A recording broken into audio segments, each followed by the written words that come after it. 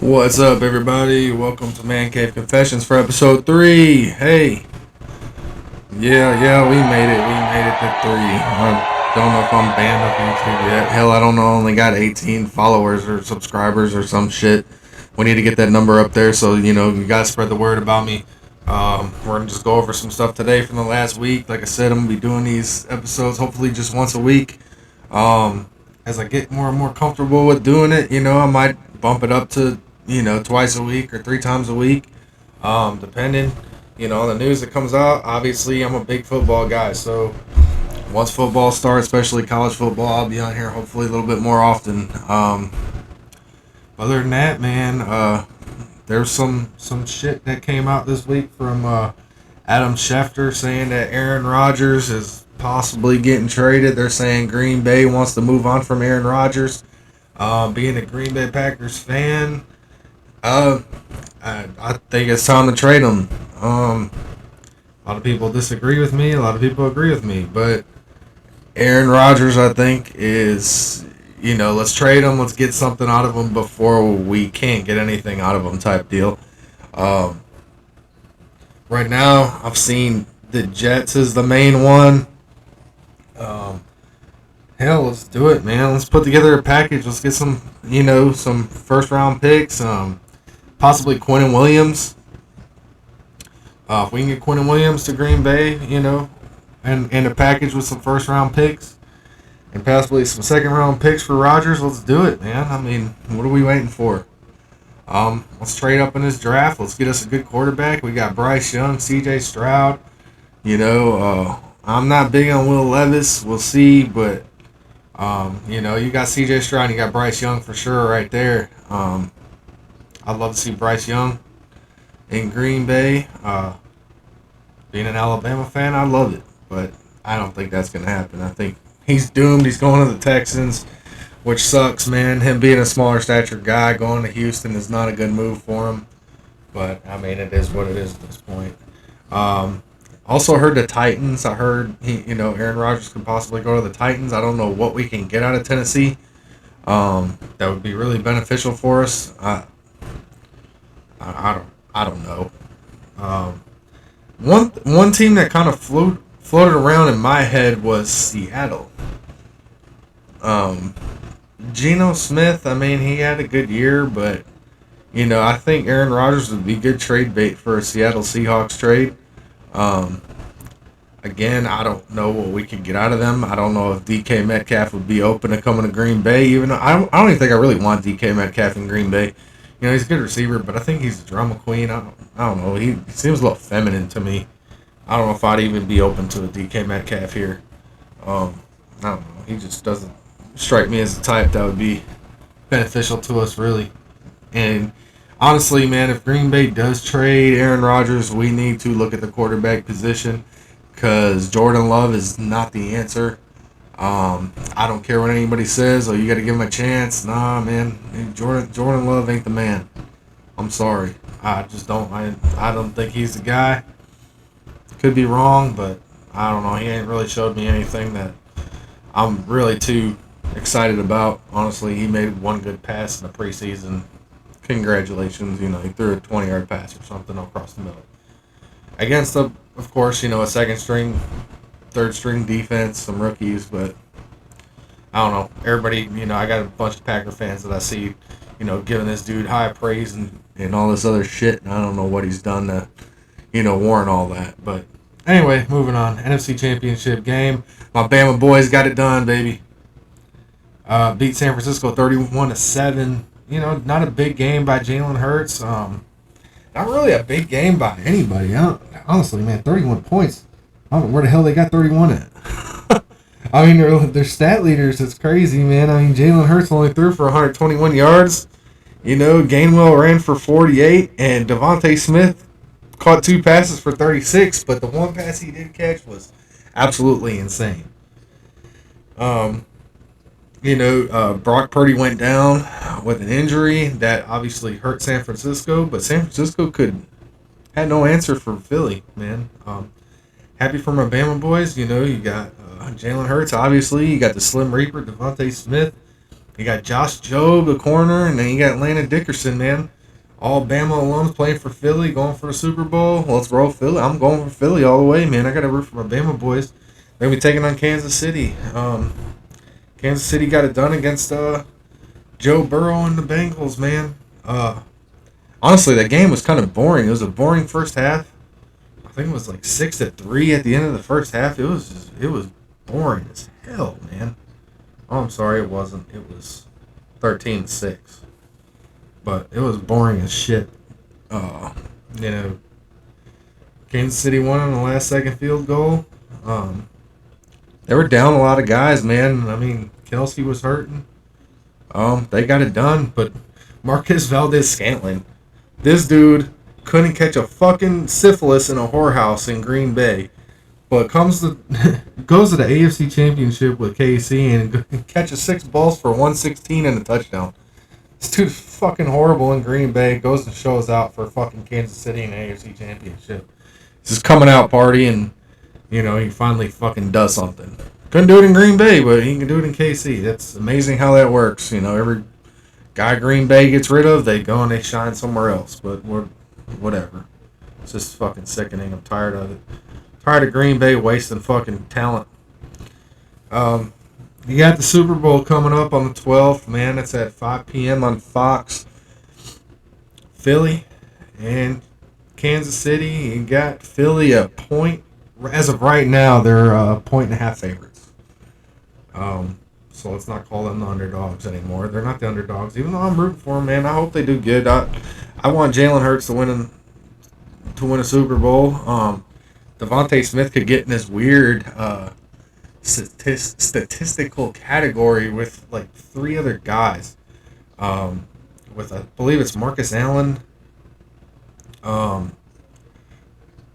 Tony Dorsett, and Charles Woodson could join them in being a player that's won the national championship, has won the Heisman Trophy, and has won the Super Bowl.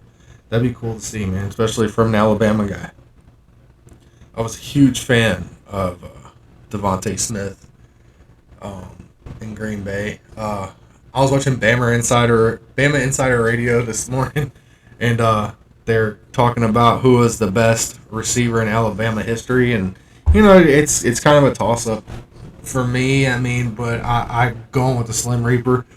Devontae Smith he's my number one in Bama, followed by Julio, but Devontae Smith, man, what he did in 2020 for Alabama was insane. I called it when he caught that ball from Tua Tagovailoa on 2nd and 26 against Georgia, my most hated rival. I don't know, Auburn's supposed to be my most hated rival, but I hate Georgia. But when he caught that touchdown, 2nd and 26, I knew from there that he was a star, him and Tua, and then,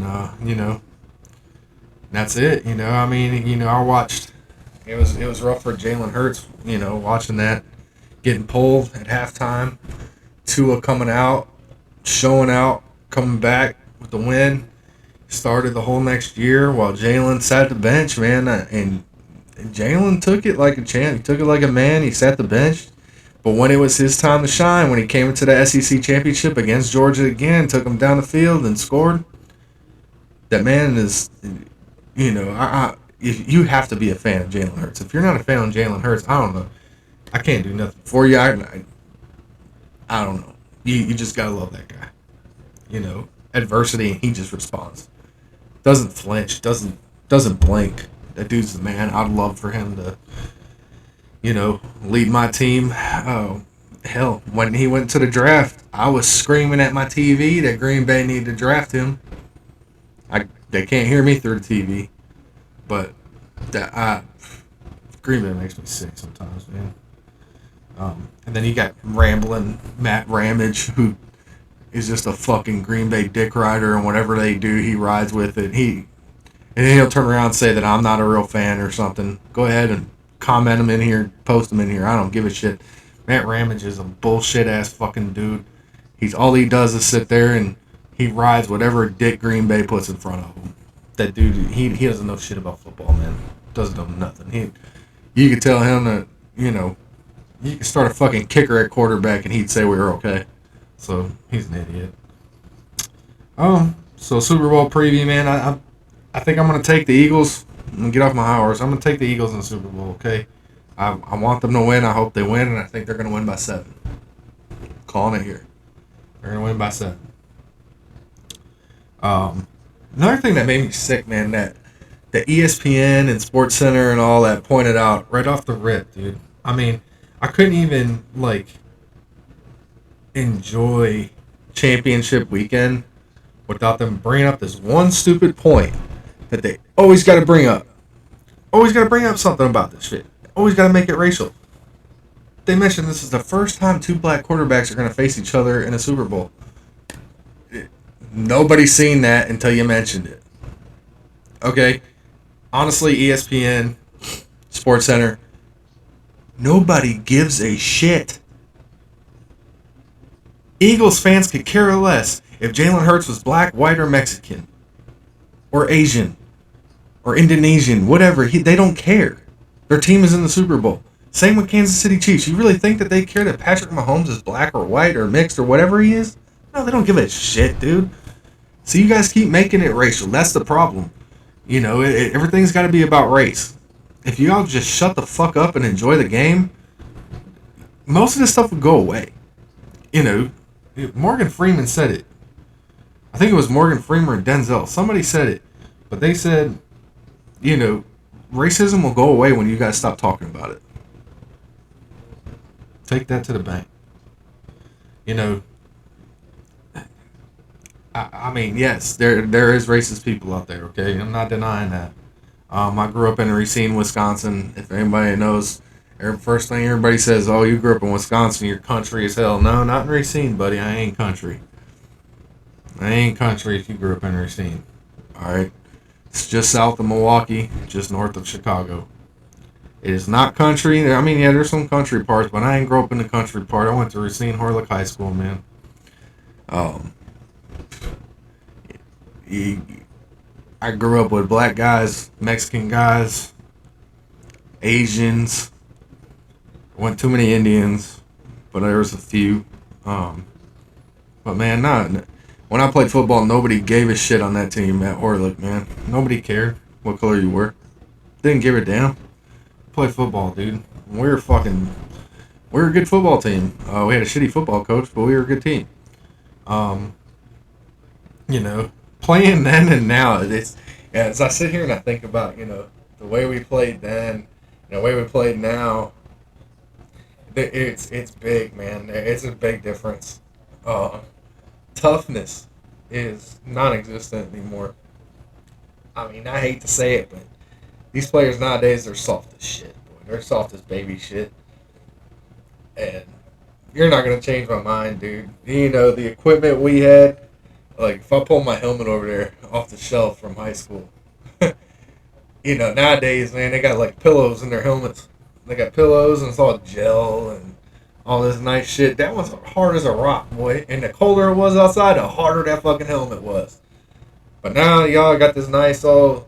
And your shoulder pads are smaller, but they protect you better somehow. I don't know how that works, but hey, whatever works. And these kids, man. See, I coached high school football here.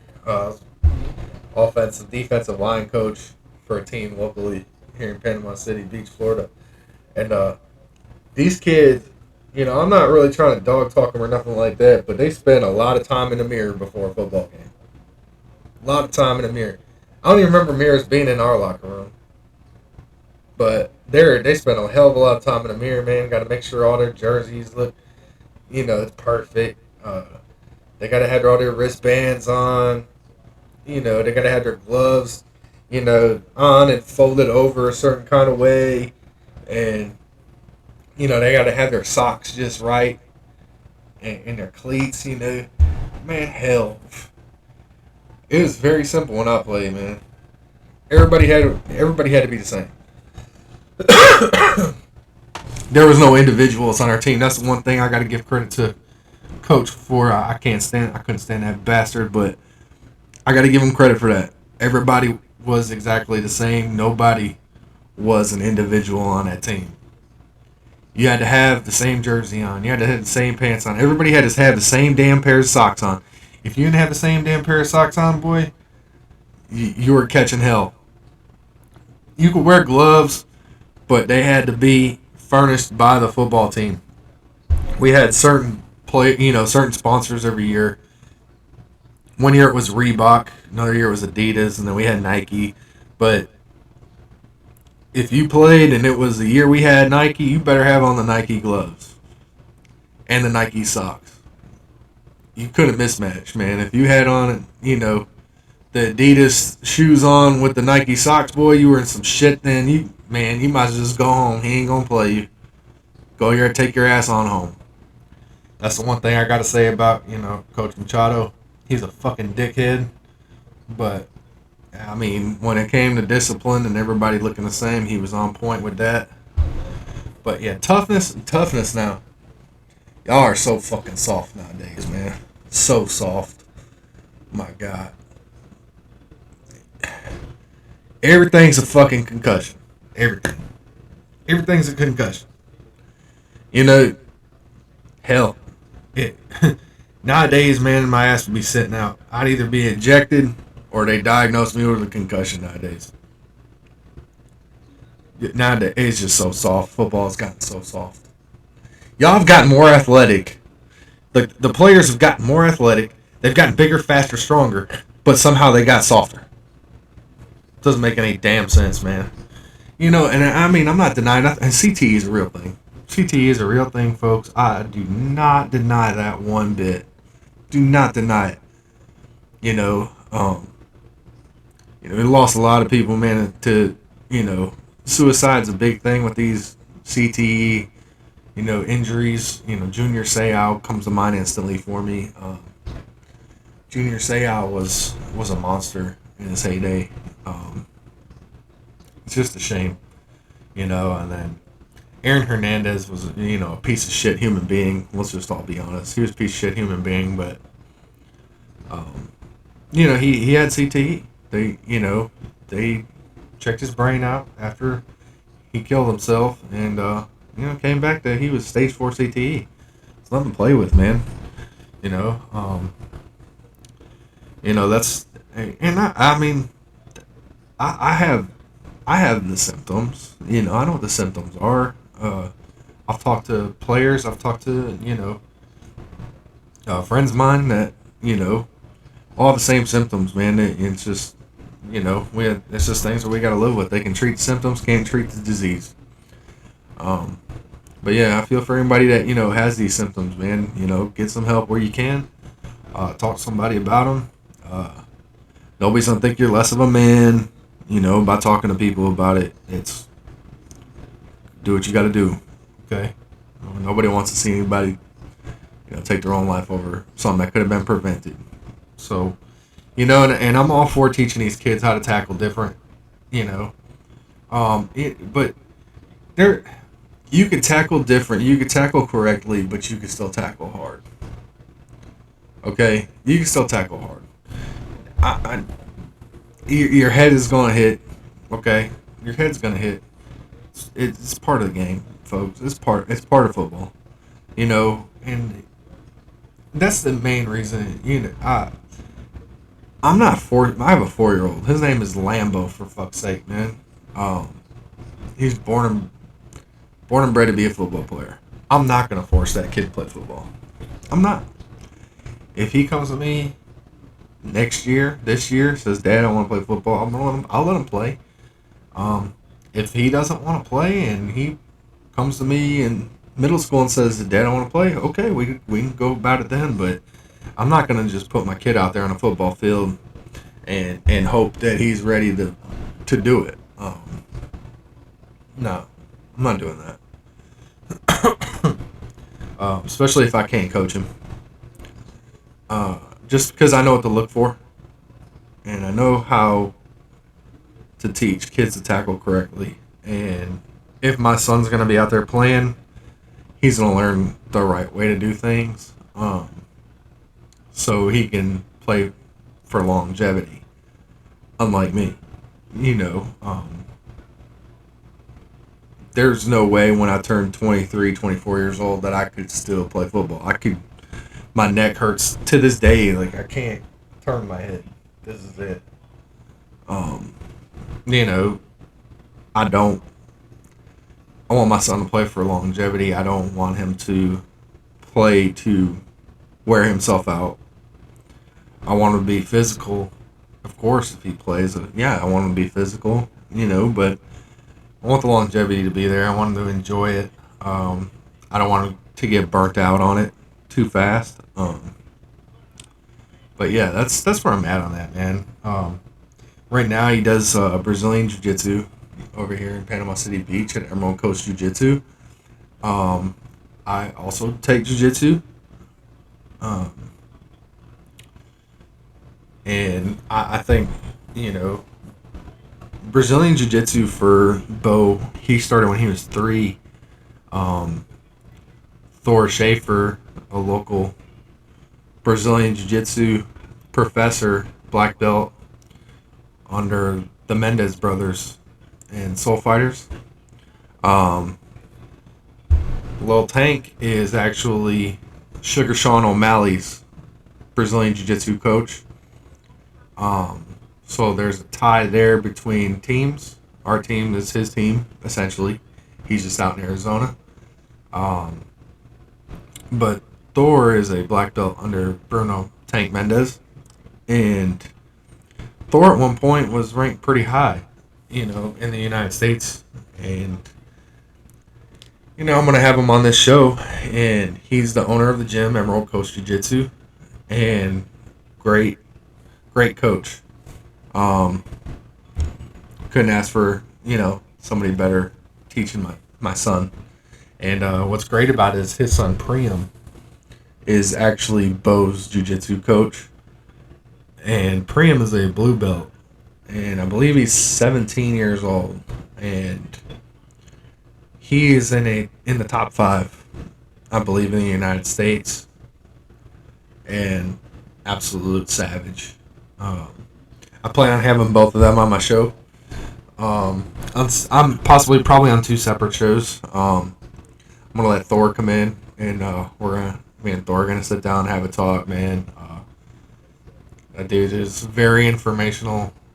A lot of information about jiu-jitsu, wrestling, kickboxing. The dude, he's a martial artist. He's not just a Brazilian jiu-jitsu professor. He's a martial artist. That dude, I can't say, enough good about him when it comes to martial arts. Dude's a super good teacher. Priam is super good with kids. If you live in the Panama City Beach area, and you're looking to put your child into some martial arts, I highly recommend Brazilian Jiu-Jitsu, and I highly recommend Emerald Coast Jiu-Jitsu. Great people. You're part of the family as soon as you go there. But I'm looking forward to having both of them on the show. And you guys tune in for that, man. You get to know them better, and they can tell you some stuff. Moving on, man. I saw Damar Hamlin finally did an interview. My apologies. If you watched the last show, I said that I thought he was dead. I still don't believe that was him at the game. I still don't believe that, but he's alive and supposedly doing pretty well. Looked fine. I wish nothing the best for him.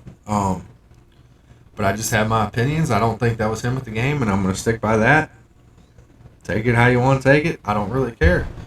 But it is what it is, man.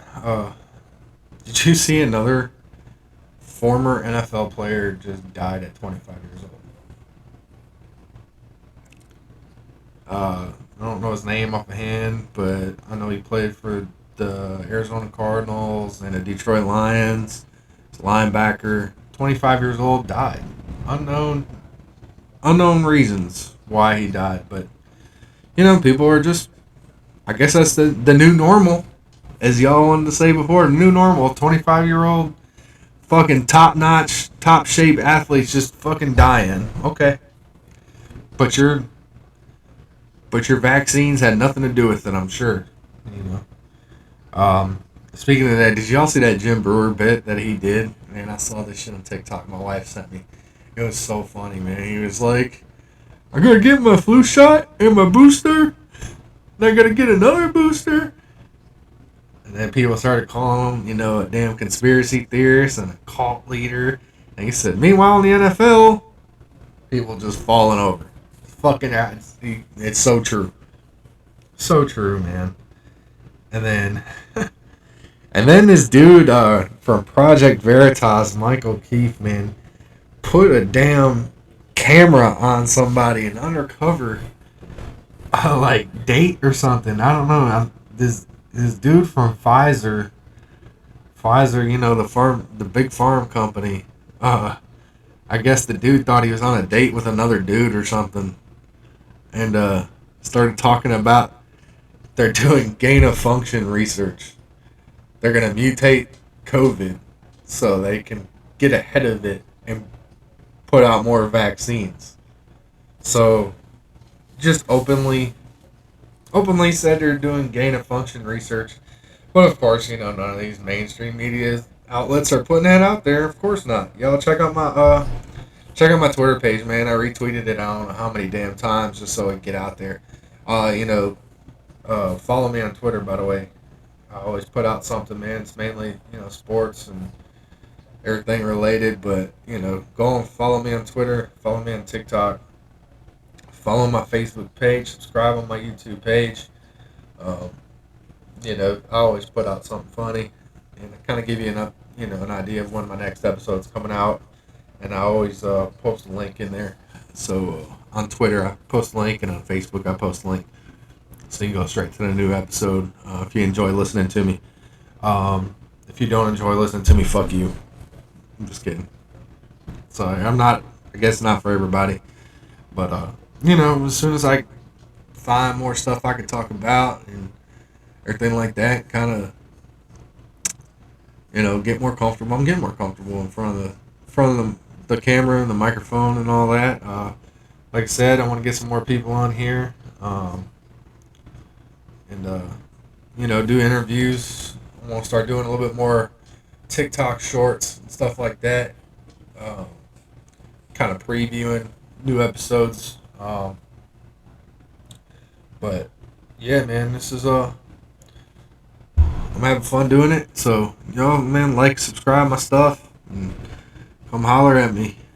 We'll holler at y'all later.